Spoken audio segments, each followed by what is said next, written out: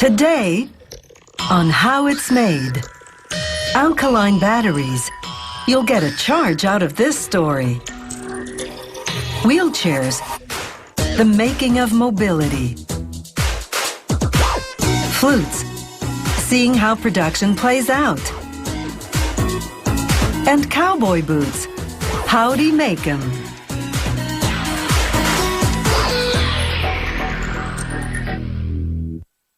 A battery produces an electric current when its positive end, called the cathode, and its negative end, called the anode, connect via a conductive pathway in the battery-operated device.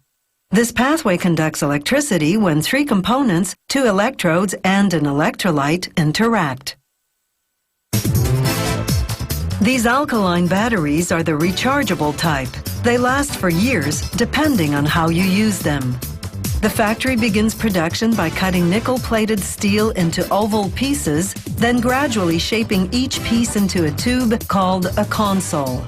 The console houses some important chemical ingredients: graphite, which conducts electricity; silver catalyst, which reduces chemical pressure buildup; manganese dioxide, the main ingredient in the cathode; barium sulfate, which binds the cathode ingredients; zinc, the main ingredient in the anode; a gelling agent to keep the zinc particles suspended; and finally, potassium hydroxide, which interacts with electrodes to produce electricity.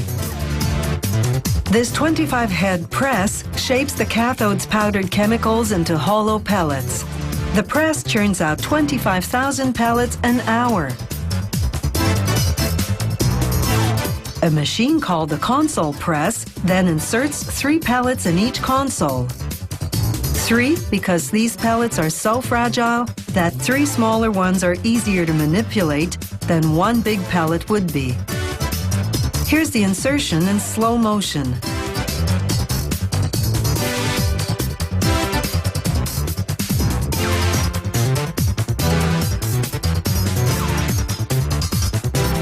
The next machine makes a ridge on one end of the console to help seal it.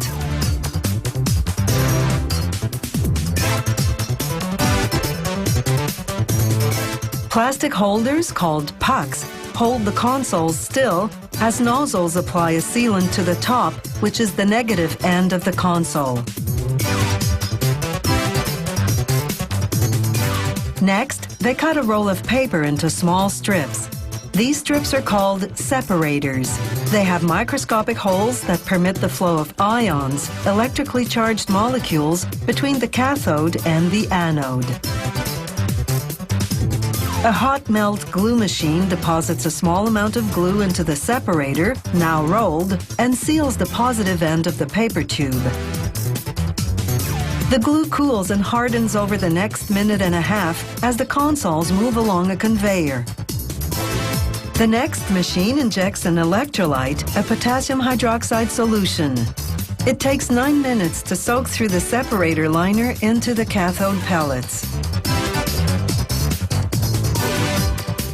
Nozzles then inject about 4 grams of zinc gel into the anode cavity. Only about 2/3 of the gel weight is actually zinc. The other third is this company's closely guarded trade secret. It's what makes these batteries rechargeable. The zinc gives the gel its silver gray color.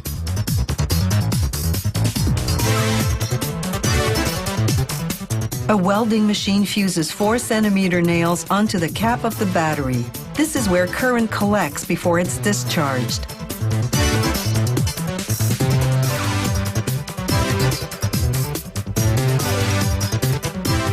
The machine ejects the cap when finished, and another machine inserts it into the negative end of the battery.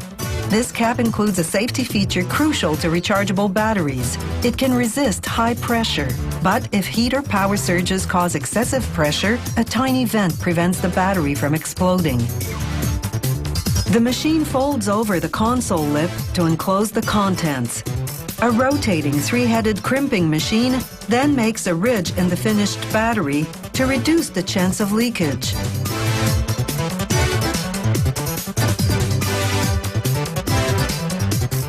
An electrical testing machine contacts each battery for 200 milliseconds to ensure it has at least 1.5 volts.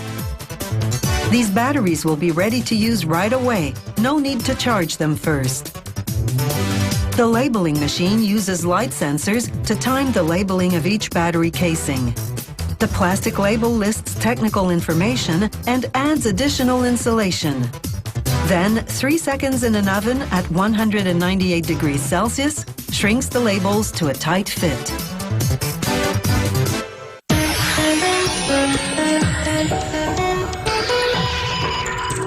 Spain's King Philip II was the first disabled person to get around on wheels. He ruled from a rolling chair with footrests in the 1500s. Today's wheelchairs are widely available, but at a princely sum of anywhere from $2,000 to more than $12,000, depending on the features. This wood, leather, and steel chair is a World War II antique. A modern wheelchair literally runs circles around it. With more than 150 possible design options, today's wheelchair fits the user and the user's lifestyle. The wheel rim is aluminum, the spokes steel. It's much like a bicycle except for these 6 steel brackets that later fasten to a hand rim for propulsion.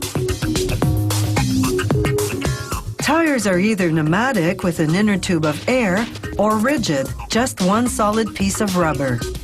A machine stretches the tire to fit the wheel rim. Workers install 12 washers, called spacers, along the hand rim. 6 of these 1 centimeter spacers can be removed later